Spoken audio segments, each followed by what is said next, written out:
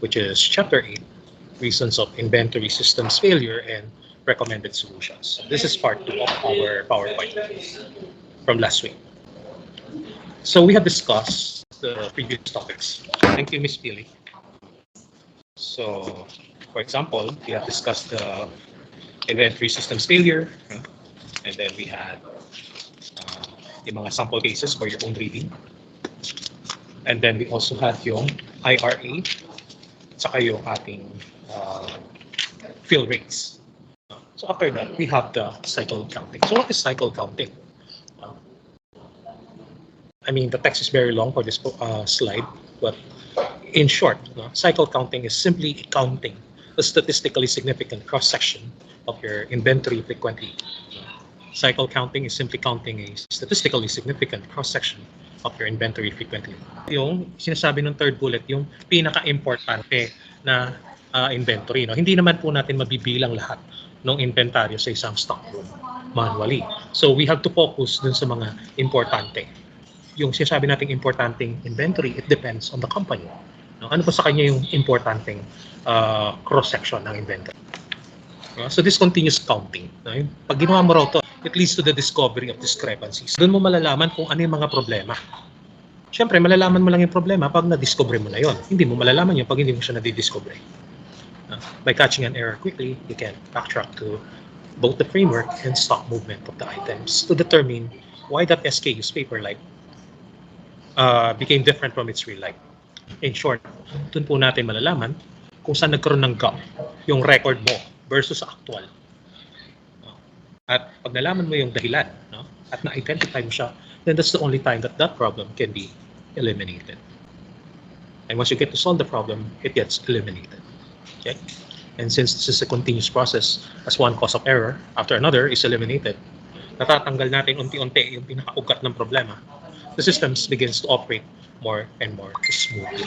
Swabe na po yung operation natin. Hindi po mawawala yung mga problema, but it gets more and more streamlined. Eventually, all items move through a series of procedures that work. Tinutuloy mo yung mga procedure na umuubra or effective sa iyong operation, particularly inventory management. Ano po ba yung pinagkaiba ng annual inventories versus that of cycle counting? When you say annual inventories, what does that mean? So, yearly lang po siya ginagawa. Lalo na nung hindi pa uso yung mga pa-internet na yan, may mga software. In the past, yes, correct, Ms. Banyares, at the end of the fiscal year, that's the only time you can do the inventory checkup. Doon mo malalaman na marami palang nawawalang inventaryo. For annual inventories, ang pinakaiba nila is annual inventories is used to produce a financial valuation of the inventory on a given day. So snapshot lang po siya. Just one day lang po. And usually that one day is at the end of the fiscal year. Another is that every item must be counted as part of the annual inventory. Lahat po sila. Lahat po ng mga items nyo as inventory must be accounted for. Another good thing for the annual inventories is the auditing and uncovering. Doon mo malalaman. Bakit po ba tayo nag-i-inventory? Para ma-audit po yung sistema. Gaano po karami yung error and gaano po siya kadalas mangyari. So yung cycle counting naman, on the other, as soon as possible, ASAP, nalalaman mo na kagad kung ano yung mga discrepancies na kailangan mo i-solve. Kasi yung annual, once a year lang siya typically. Tsamba na yung twice a year. Unlike cycle accounting, meron po tayong cycle in short lapses. Kaya mabilis mo ma-identify yung mga problema. Which goes down to the second check mark, which is to identify the causes of errors. Saan po ba nagkakaroon ng problema? And once you identify the causes of errors, then you should correct. The correct conditions causing the errors. Itinatama mo, iniwawasto mo yung mga kondisyones. Para mabawasan, hindi matanggal yung pagkakamali. Again, remember, management is not about eradicating the problems, but solving it. Cycle counting is also done for the purpose of continuous process improvement. It's a science, and science is not perfect. Science is continuously evolving. Nag-i-improve po siya.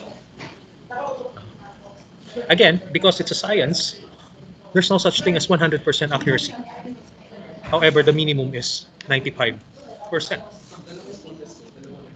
95% errors or accuracy of all items. And once that accuracy has been reached, the ideal, the benchmark, then there is the correct statement of your inventory assets. And why is it important to have the accurate amount of inventory? Importante na at least 95% accurate ang ating cycle counting. Miss Lara, para saan po ba yung pagbibilang natin?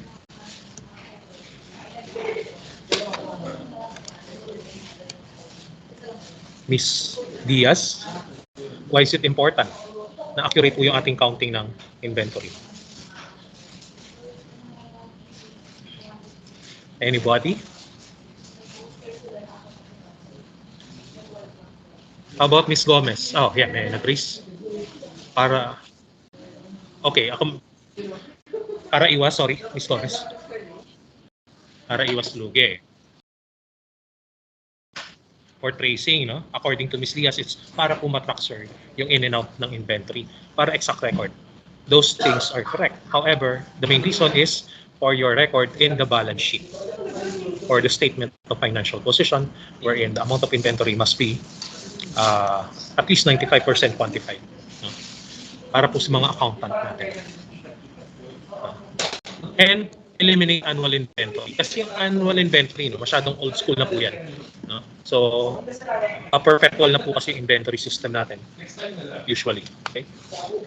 So, pag annual inventory pa rin ang ine-execute ng company nyo, ibig sabihin nun, dahil na-sure na yung company nyo. Okay? So, here are the cycle count methodologies. No? Meron po tayo, 1, 2, 3, 4, 5, 6. No? We have the control group, location audit, random selection, diminishing population, product categories, and ABC categorization. So first, let's start with the control group cycle method. I hope some of you were able to read the book. Okay. So ito po, no, by using this approach, you will be able to immediately identify significant system problems. Identify. Alam mo na kagad kung saan yung mga problema, such as unrestricted access to the stock room. No? Bakit nagiging problema yung unrestricted access to the stock room? Bakit isa siya sa mga major problem? Di ba dapat hindi siya problema? No? Kung lahat kaya tayo sa klase, no, nakakapasok doon sa bodega, ayun, no? Aside from that, posibleng may mawala. May magnakaw. Imagine, 44 of us inside the stock room. Kahit sino sa atin pwede maging magnanakaw. I'm not saying that magnanakaw tayo, but there's a chance na magkaroon ng magnanakaw. That's why it's considered a problem. Thank you. Yes, posible po may mawala. Number 2, develop an understanding of the who, what, why, where, why, and how the way your system actually works. Kailangan yung ginagamit mong sistema, naintindihan mo siya. If you cannot understand that system, you're afraid to utilize it. At pag takot kang gamitin yung sistema na yun, labo-labo yung management natin. Number 3, when you first begin cycle counting, you will probably make adjustments. Sa simula lang naman po, na, di ba yung usong tanong ngayon, sino ba mag-a-adjust? Alam mo naman yung may-ari ng kumpanya mag-adjust, tayo po mga empleyado. You will probably make adjustments only to find that you made a mistake. Favorite quotation ko, no? Mistake is learning. Natututo po tayo sa ating mga pagkakamali. It is much simpler to correct errors related to only a few SKUs rather than hundreds of them. Sa simula pa lang, maganda yung alam mo na kagad kung saan yung problema or paano mo maayos yung sistema. Kaysa yung malayo-layo ka na at saka mo nalaman na, ay, mali na gawa ko. Yari. Patay. Lagot kay boss. So here are the procedures. First, select 100 items sa control group. Testing lang, 100 items. Bakit 100 items kaya? Bakit hindi 1,000? Bakit hindi 1 million? May sample size ka muna. Testing lang. Trial run, so to speak. The SKU selected must be a true cross-section of the entire population of items. So naka-ratio and proportion po. They represent such as some expensive items, some inexpensive, some slow-moving, fast-moving, or some with a long lead time, etc. So kumbaga, sinimulate mo lang siya, gumawa ka ng scale mo. No? Para lang dun sa entire inventory. Okay? So yung 100 na yun, count only 10 times per day. So use a control group count tracking sheet. 10 times lang. 100 lang naman yan eh. Madali lang pong bilangin. Unlike yung 1,000, hindi mo siya magagawa ng 10 times per day. And then do that procedure repeatedly for the next 100 days. And then, masasanay po tayo sa sistema. Sa simula lang po naman talaga mahirap eh. But in the long run, you get used to the practice. Ayan, no? So no? For stats, you have 10 items multiplied by 100. So, 1,000 counts. So, ginawa lang yung ritong sample cycle is 10 days. So, kailangan yung 100 items mo at the end of the 10 days is 100 pa rin para ma-execute mo yung 100 counts. Okay?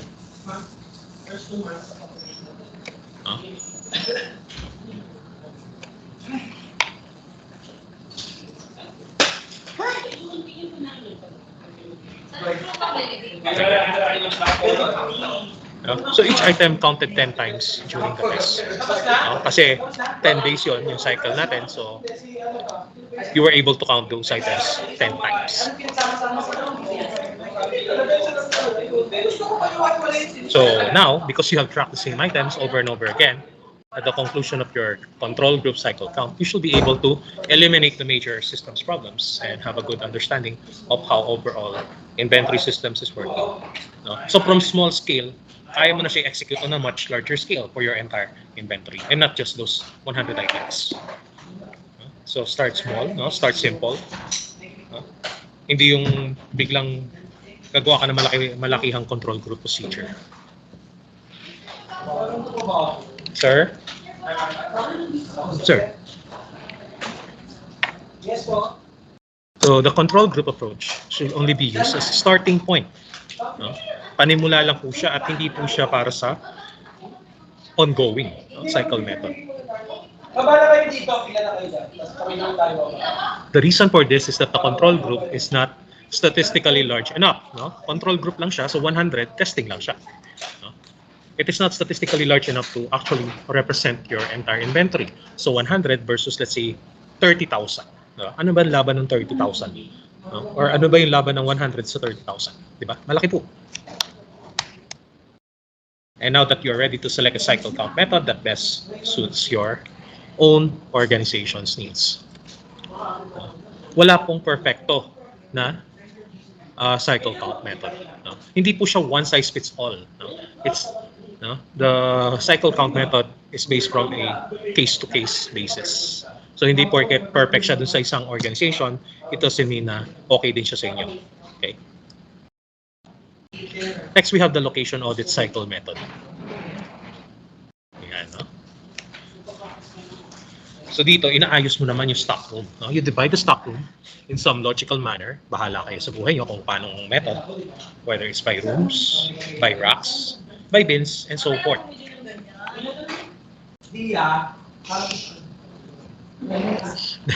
Then, on each counting day, you count the SKUs found in those areas. No? Bilangin nyo manually or i-track nyo yung flow ng SKU doon sa bawat area na yun. No? What's important in the location audit cycle method is that all of the items must be treated equally. No? Wala po kayong biases. In other words, selection of those items included on that day's count is based solely on the item being located. Kung ilan yung count doon sa area na yun, yun lang po yung ating pagbabasehan. No? Huwag na po natin i-consider yung ibang characteristics ng said items such as cost, usage rate.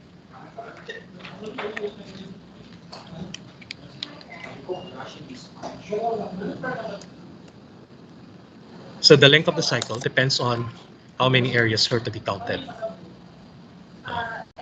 Kung gaano karami daw po yung area. So example na lang, if you were counting by rack, 1 rack per day, and there are 45 racks, then the entire cycle will be 45 days. So, i-trace nyo kung ilang rack ang kaya nyo i-solve kada araw or bilangin. So, ang ginawa niya kasi dito, 1 rack per day ang na-accomplish mo, and then 45 yun na sa bodega mo. Hence, your cycle, the entire cycle itself is 1 rack times 45 racks. So 45 days. Pag natapos yun, ano gagawin? No? Starting over again. Diba? Magsisimula ka ulit. Naulit, no? So what are the benefits of the location audit cycle method? No? Number one, it does not require a detailed record keeping. No?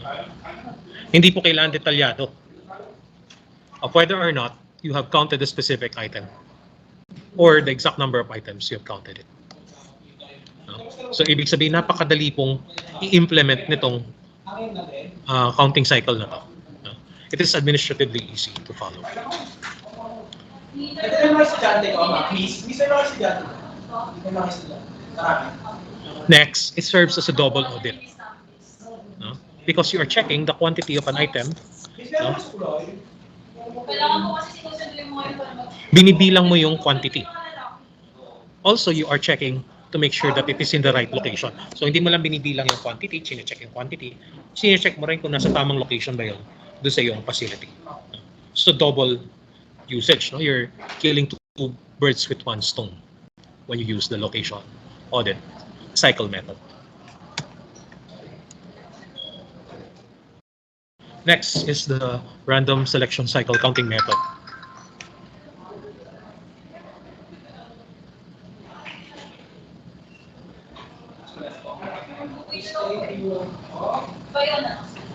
So ano ba yung random selection cycle method na yan? No? So the random selection cycle counting method is probably the easiest form of cycle counting. No? Siya raw po yung pinakamadaling i-implement. Bakit? No? The items selected for counting are totally random, hence the name itself, random selection cycle counting method.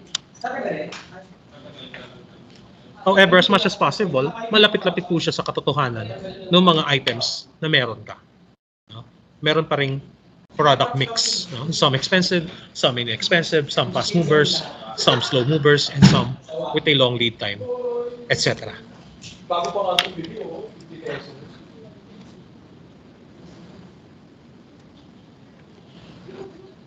So, ulit po, ano po yung random selection cycle method? Mr. Formentera? Ano yung random cycle selection? Random selection cycle counting method.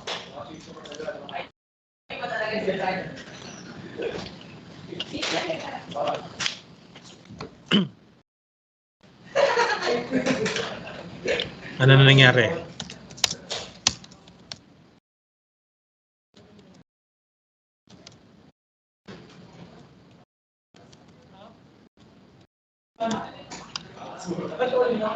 Ano yung random selection cycle counting method?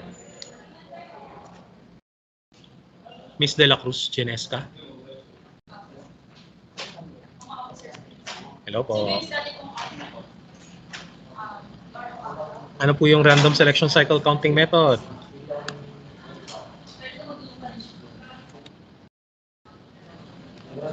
Gising pa? Nag-left the meeting.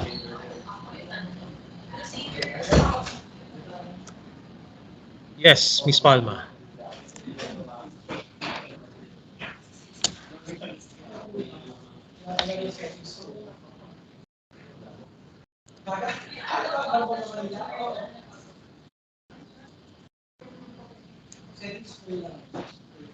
Asa na kayo? Yes. Yes, correct. Sige, correct. Kaya, no? So, kukuha ka ng cross-section. No? Ibig sabihin parang partial sample ng entire inventory stock mo. Okay? So, this cycle is generally 1 year. No? So, matagal-tagal yung duration niya with a statistically significant number of SKUs being counted during that time frame. No? 1 year yung focus mo, pero yung mga importanteng SKUs na randomly selected lang po ang counted sa kwento. For example, no? You have 10,000 total SKUs and then 200 counting days. No? Pwede naman 200 eh. So, ibig sabihin, sa 10,000 total SKUs, no, divided by 200 counting days, meron po tayong 50 items na binibilang kada araw. No?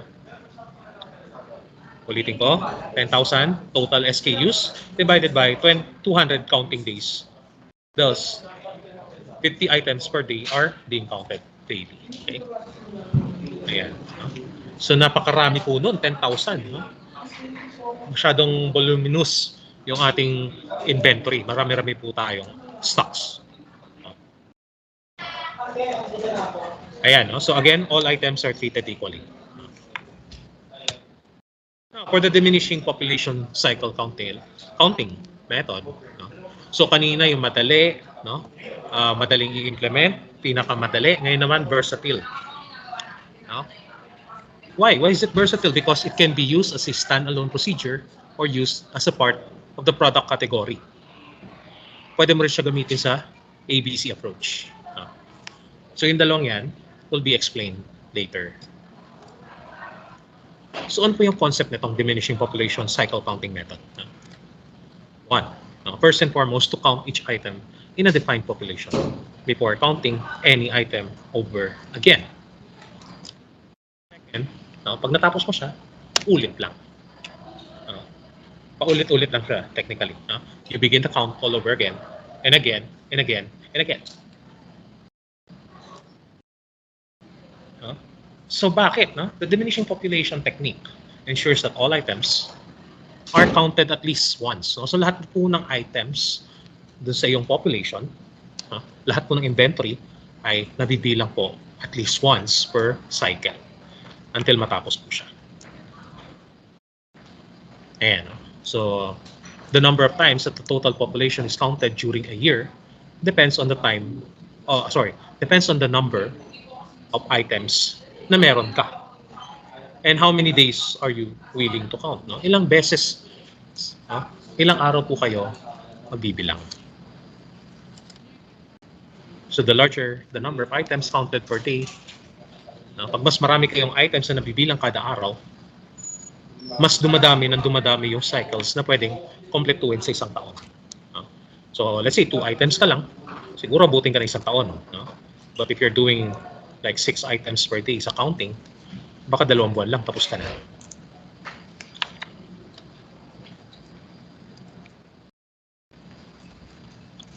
Ayan, so sample. No? Meron tayong 3 sample, 900 total SKUs. So here, 200 counting days lang daw yung cycle. So pag 200 counting days lang per cycle, ibig sabihin 4.5 or 5 items lang per day ang nabibilang mo. On the other hand, pag ginawa mo siya ng 100 counting days in a cycle with the same total SKUs, then you can count up to 9 items per day.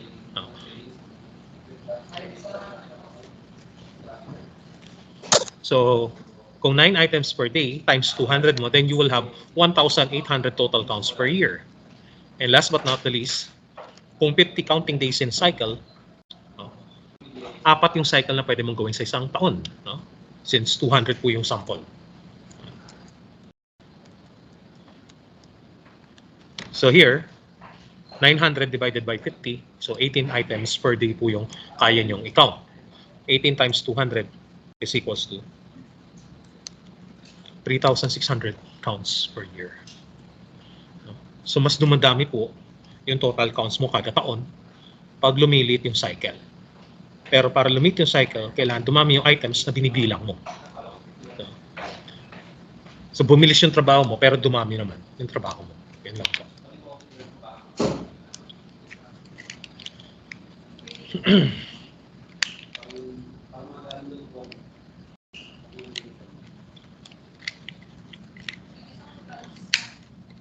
Next ay yung ating product categories cycle counting method. Ano po ba itong product category cycle counting method na to?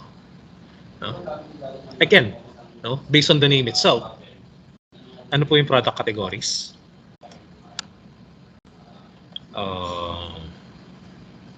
Miss Austral, no? Ano kaya yung ibig sabihin yung product categories cycle counting method? No?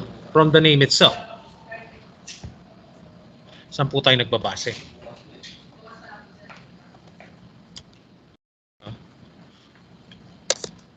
Yes, product, no?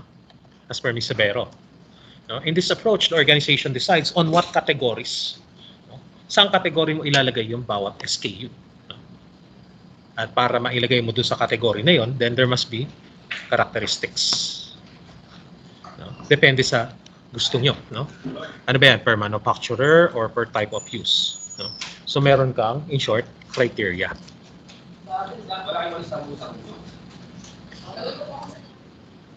Items matching the criteria are counted either on the basis of the following. No? A single event. Ano ba ibig sabihin ng single event? No? Ibig sabihin, zero balance po. No? Wala pong on hand na stocks. Or using the diminishing population technique, no? For each separate category. No? Pwede yun, either of the two. No? In implementing the product categories cycle counting method. Okay, ito yung mga keywords. No? The number of items to be counted can vary or be set by the number of items in the group divided by the number of days in the cycle.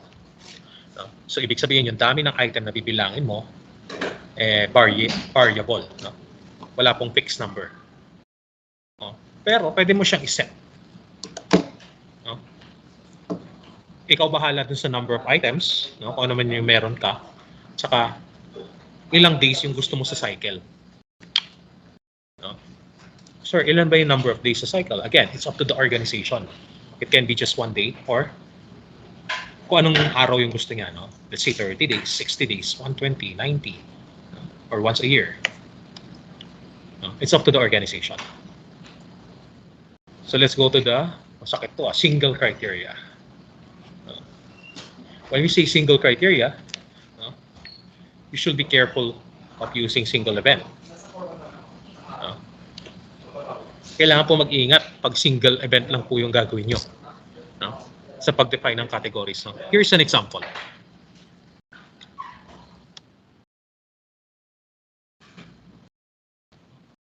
Wait lang, parang may nawala. May nawalang page. Sorry for that. May nawalang page. Single criteria. Okay. No? So, yes. Yes, may nag-raise ng hand. Si Miss Palma po ba yan? Okay. No? Wait lang Okay. So for example, the criteria is that only cycle count items on that day's purchase orders. No, nawala nga yung mga ano. So for those who have the copy, page 163. Ayan, no? So only cycle count items on that day's purchase orders. So kapag nag-PO lang tayo. So what are the benefits of each? Benefits is that it ensures that the correct quantity is being ordered. No? Madali po ma-check na tama yung order because you're doing it on the day you executed the purchase order. Another benefit of doing so is that it allows for count. No? Madali po mag-check once the stock level reaches a certain low point.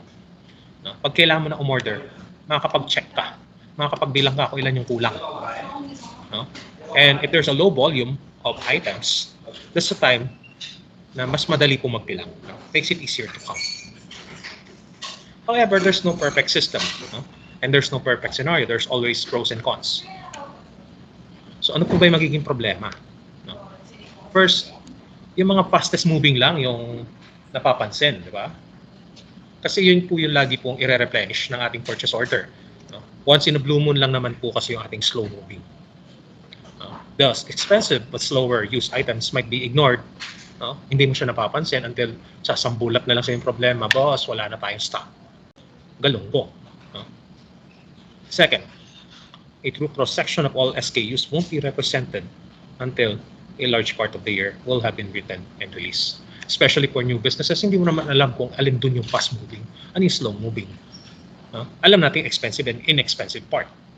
But unless you have history, meron kang records, you will not know for sure which one is the slow-moving and the fast-moving inventories.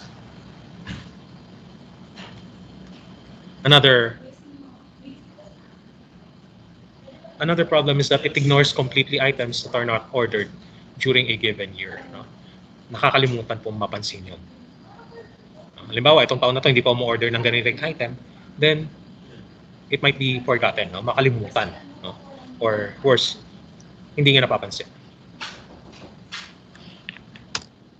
Another scenario is only cycle count items at zero or negative balance.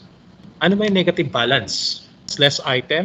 Pwede, no? Nawawala. Or zero na nga, meron pa nakapending na order. Kunwari, wala ka ng stock ng itlog, meron pang gustong bumili sa'yo ng itlog. So, negative balance siya, no? In theory. For the benefits, negative balances should always trigger account.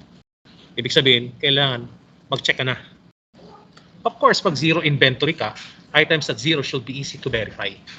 My dear operation managers, why is it easy to identify pag zero balance? Pag nag-verify ka, makikita mo na zero. Wala kang makikitang product, no? As per Entila.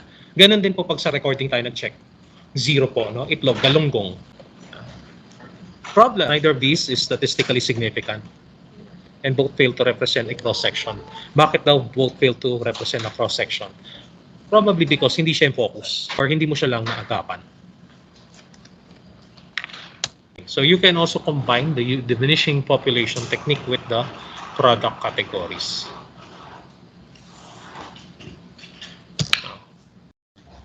So paano mo siya gagawin? First, define the criteria by which each SKU will be placed into a category. No? Ano ba yung category na pagbabasehan mo? No? Again, it's up to the organization kung ano yung mga categories niya. No? Example of the category, yung binigay kanina, is the, let's say, by manufacturer or by usage. Para saan mo gagamitin yun? You should also decide the sequence. Why is it important to count by sequence? Ano po yung importansya ng sequence? Sequence? Yes, para di magkahalo-halo. Pwede rin, mas madali at iwas nito. Yes, pwede rin para organize. Yun yung sequence natin lagi. 1, 2, 3, 4. Next week, 1, 2, 3, 4. And so forth, and so forth. Consistency is the key. So for example here, no, itong linggo na to, yung produkto daw ni manufacturer X. And then sa susunod na linggo, yung kay manufacturer Y naman. And then divide the number of SKUs in the category by the number of days to determine how many must be counted per day. Again, yung days, si organization pa rin yung bahala. So let's say you have 2,000 SKUs and then gusto mo 100 days, then 2,000 divided by 100, then 20 per day. And then, again, move to the next category. Okay? So the product categories method of cycle counting involves a great deal of administration. No? Yun yung isa sa mga cons niya. No? Kailangan tutok po tayo. Pero yung benefits naman niya, it provides you with more detailed information. And mas madali po yung audit trail natin. No? Sabi nga nila, the more na mapusisi, the more na madali ang pag-audit. And audit trails as to what you have actually done during a cycle count. This is the most sophisticated. Kanina, the most versatile, the easiest, the hardest to administer. Now, it's the most sophisticated. Being the most sophisticated, therefore, it is the one prepared by the most accountants. And it is used to break your inventory up into classifications para malaman nila kung ano yung A, ano yung B, at ano yung C sa yung mga inventory. So the classifications are based on Pareto's law. No? Sino po ba yung si Pareto? Julia Pareto po ba to? Si Claudine Pareto? O si Sharo? No? Pareto? Ano yung Pareto's law? Yes, no? The 80-20 rule. Kaya, no? So, for the implementation, no? Madali kasi magplano. Pero pag implementation na, dyan na nagkakanda leche-leche. No? Dyan na tayo nagkakanda gulo-gulo.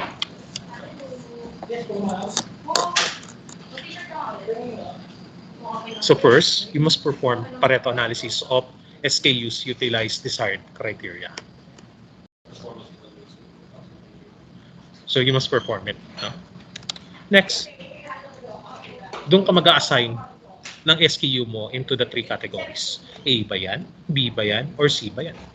Kayo lang po nakakalam, hindi po ako. Next. Decide count frequency of each category. Question. Alin po doon sa tatlo na yun ang may pinakamaraming count frequency? Is it A, B, or C? A, no? Kasi siya po yung fast moving. Hence, the A products should have more counts. Mas madalas mo ang pagbibilang sa A category, SKU. Next, multiply respective number of SKUs per category by the desired frequency. No? So let's say 8 yung SKU mo sa A, and then you want to do it 20 times, then the cycle is assumed to be 1 year. No? So you must multiply first the respective number of SKUs per category by the desired frequency para malaman mo yung total count. No? And then you cycle, kung alin man yun, no? Let's say 8 times 20 days, 160. 360 divided by 160. Yun po yung sagot. No? And then, divide the total counts by the number of count days to determine the number of items to be counted each day. No? Actually, hindi mo na kailangan gawin to, di ba? Kasi alam na natin na 8 no? Yung items mo na kailangan bilangin. No? Ito yung pinaka-importante. You should ask yourself, is this a reasonable number of daily items? No? Again, it depends on the company. No? Wala pong definite yes or no. No? If you say yes, then proceed. No? If no, change the frequency until masaya ka na doon sa sagot mo. No? Until the yes answer is satisfied. No? Kayo lang makakasagot nito kung yes or no. Kung kaya ng company o kung kaya ng resources, then why not? Pero kung naabot niya ng limitations, then so be it. No?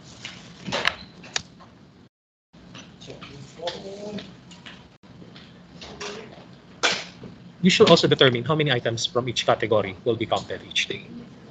Yun yung importante. Kaya mo ba i-accomplish yun sa isang araw? Baka naman ang yabang-yabang mo, 20 items per day kaya mo. Nung nag-implementation ka, 10 pa lang, tumba ka na. Diba? And count each category the desired number of times using the diminishing population technique.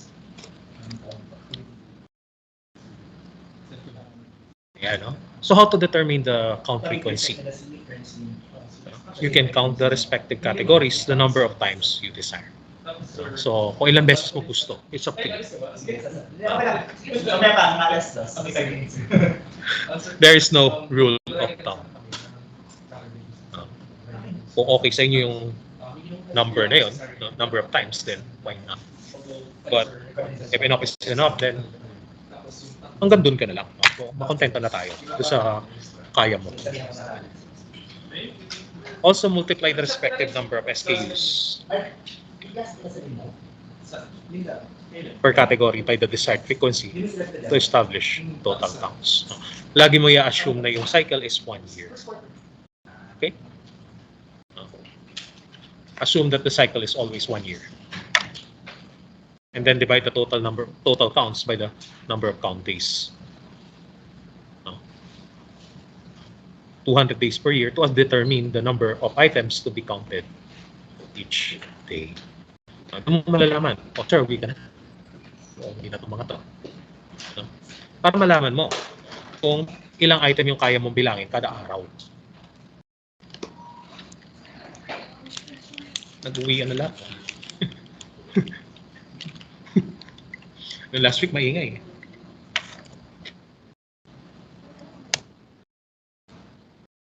Ayan. Nasaan na ba ako?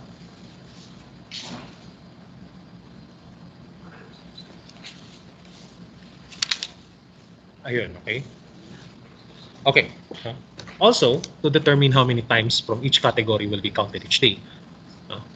Ilan ba yung annual counts, no? Kada category? No? By the total number of counts. So doon mo malalaman yung percentage ng bilang, no? no, of counts represented by the respective categories compared to the total counts. So ilang percent? Multiply the percentage of A, B, and C. Percent of total. So let's say 95% by the total number of times to be counted daily. So doon mo malalaman yung exact quantity of each category. Ilan quantity ba yung kailangan mong bilangin? The quantity of each category. So let's say category A, 20. Yun yung dapat binibilang mo A na SKUs. Let's say yung B mo is 30, then 30 must be counted. Pag C mo is 10, di 10, and so forth. Ito yung pinaka-importante, no? Despite the number of cycle counting method. Kahit gaano karami yung cycle counting method, if you do not know when to count, then all the systems in place will be useless. Kailan ba dapat magbilang, ladies and gentlemen? Pagpasok ng item. Kay Zafra, end of the month. Wala naman tama or mali na answer, pero ito yung mga ideal scenarios. The ideal time during the day to cycle count will be when there is no movement. Hanggat maaari, walang movement. Ano ibig sabihin ng movement? Pag may nagde-deliver, pag may nagagalaw na inventory. Though, of course, nasanay na kayo dun sa pag may nagde-deliver, no? Or sa simula ng araw, ito yung ideal. At the end of the day. Bakit at the end of the day? Bakit katapusan daw ng araw? No, yung closing inventory. No? Another reason why at the end of the business day is sarado na yung tindahan. No? Tapos na yung operation eh. Second, prior to the start of the day, no? Bago magbukas ng tindahan, pwede rin. No? Bago magbukas yung tindahan, magka-counting ka. Third, no? Kung wala kayong trabaho ng weekend, no? Sarado yung tindahan over the weekend. Kasi walang movement ng stocks. Or pag matumal, no? During the slowest shift. Another, no? Meron pa another alternative is by creating a cycle counting cutoff. No? So, sarili mong implementation yan. During a regular business day by using time of day. No? Ano bang halimbawa no? Katulad kanina, lunch break, no? Or yung oras na matumal yung negosyo mo, dun ka gagawa ng cycle counting cutoff. To use this approach, you would 1. Create a list of items to be counted the next day. No? Siyempre, alam mo dapat yung bibilangin mo. Number 2, distribute the list to shipping, receiving, the stock put away workers, order fillers, and data entry clerks. Kung malaki-laki yung negosyo mo, no? Pero kung sari-sari store ka, ikaw lang siguro gagawa.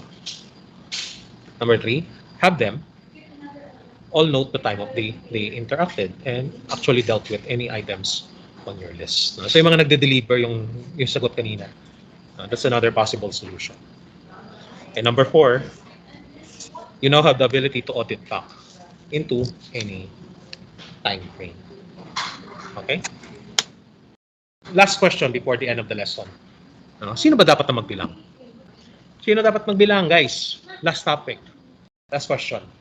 Assigned personnel? Yes. No? Pwede po. No? On any given day, should you have a single person count for 4 hours? No? Kung kaya, no? 4 hours. No? Kung hindi kaya, di damihan mo yung tao. No? 2, 3. Does it make sense to have 4 people count for 1 hour each? No? Di ba mas okay pa rin yung isa lang, yung assigned personnel mo? Bakit ideal yung isa lang?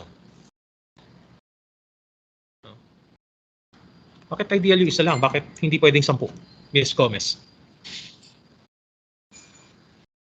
Yes, no? Baka mamaya merong malito, no?